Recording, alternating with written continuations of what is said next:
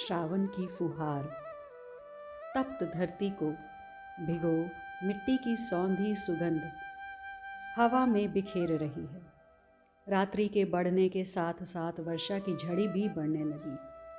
भक्तों के लिए कोई ऋतु की सुगंध हो या उत्सव का उत्साह, उनके लिए तो वह सब प्रियालाल जी की लीलाओं से जुड़ा रहता है। मीरा बाहर आंगन में आ भीगने लगी। दासियों ने बहुत प्रयत्न किया कि वे महल में पधार जाएं, किंतु भाव तरंगों पर बहती हुई वह प्रलाप करने लगी। सखी, मैं अपनी सखियों का संदेश पाकर श्याम सुंदर को ढूंढते हुए वन की ओर निकल गई। जानती हो वहां क्या देखा? एक हाथ में वंशी और दूसरे हाथ से सघन तमाल की शाखा थामे हुए श्याम सुंदर मानो किसी की प्रतीक्षा कर रहे हों। आहा, कैसी छटा है, क्या कहूँ। ऊपर गगन में श्याम मेघ उमड़ रहे थे, उनमें रह रह कर दामिनी दमक रही थी। पवन के वेग से उनका पीतांबर फहरा रहा था। हे सखी, मैं उस रूप का वर्णन कैसे करूं, कहाँ से आरंभ करूं। शिकी पिच मोर के पंख से या अरुण चारु चरण से, वह प्रलंब बाहु घुटनों तक लंबी भुजाएं, वह विशाल वक्ष, वह सुंदर ग्रीवा, वह बिंबाधर, वह नाहर सी कटी। दृष्टि जहाँ जाती है वहीं उलझ कर रह जाती है। उनके सघन घुंघराले केश पवन के वेग से दौड़ दौड़ कर कुंडलों में उलझ जाते हैं। आज एक और आश्चर्य देखा। मानो घन दामिनी तीन ठौर पर साथ खेल रहे हों। गगन में बादल और बिजली, धरा पर घन श्याम और पीतांबर, तथा प्रियतम के मुखमंडल में घन कृष्ण कुंतल, घुंघराली अलकावली और स्वर्ण कुंडल। मैं उन्हें विशेष आश्चर्य से देख रही थी कि उनके अधरों पर मुस्कान खेल गई। इधर उधर देखते हुए उनके कमल की पंखुड़ी सी दीर्घ नेत्र मुझ पर आ ठहरे। रक्तिम डोरों से सजे हुए नैन, वह चितवन क्या कहूँ। सृष्टि में ऐसी कौन सी कुमारी होगी जो इन्हें देख स्वयं को ना भूल जाए।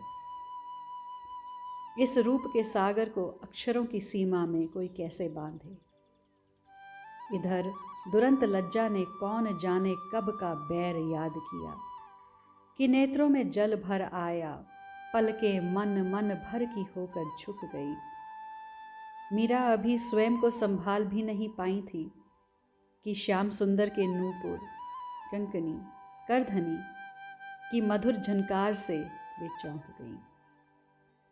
कहने लगी, अहो कैसी मूर्ख हूँ मैं तो श्रीजू का संदेश लेकर आई थी श्री श्याम सुंदर को झूलन के लिए बुलाने के लिए, और यहाँ अपने ही झमेले में ही फंस गई।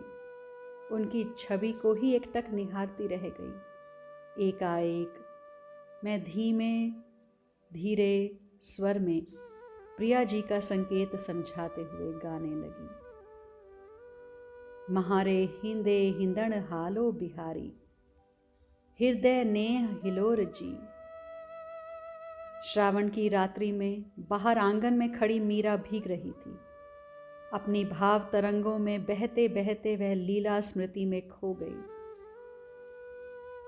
वह श्री राधा रानी का श्री श्याम सुंदर के लिए झूलन का संदेश लेकर आई थी, पर दूर से ही श्री कृष्ण की छवि, उनका रूप माधुर्य दर्शन कर स्वयं की सुध बुध खो बैठी।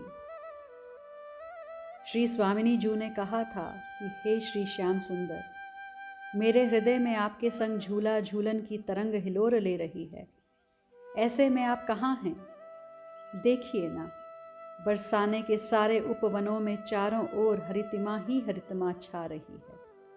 कोयल पपीहा गा गा कर और मोर नृत्य कर हमें प्रकृति का सौंदर्य दर्शन कराने के लिए आमंत्रित कर रहे हैं।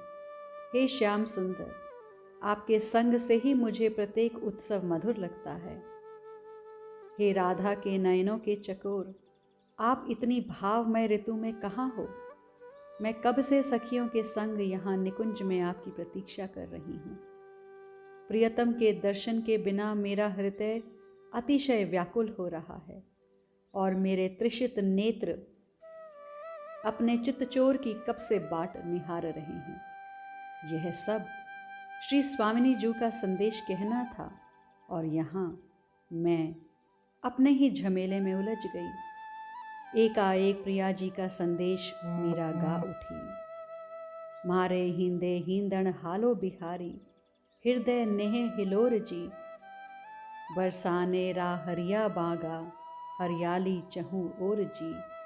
बाट जोवती कद आसी जी, कद आसी चितचोर जी। क्यों री कब की खड़ी इधर उधर ताके जा रही है और अब जाकर तुझे स्मरण आया है कि राधे ने संदेश भिजवाया है। मारे हिंदे हिंदण हालो बिहारी, चल बता कहाँ चलना है। कहते हुए मेरा हाथ पकड़कर वे चल पड़े। हे सखी, वहाँ हम सब सखियों ने विभिन्न विभिन्न रंगों से सुसज्जित कर रेशम की डोर से कदम की डाली पर झूला डाला। उस झूले पर श्री राधा गोविंद विराजित हुए।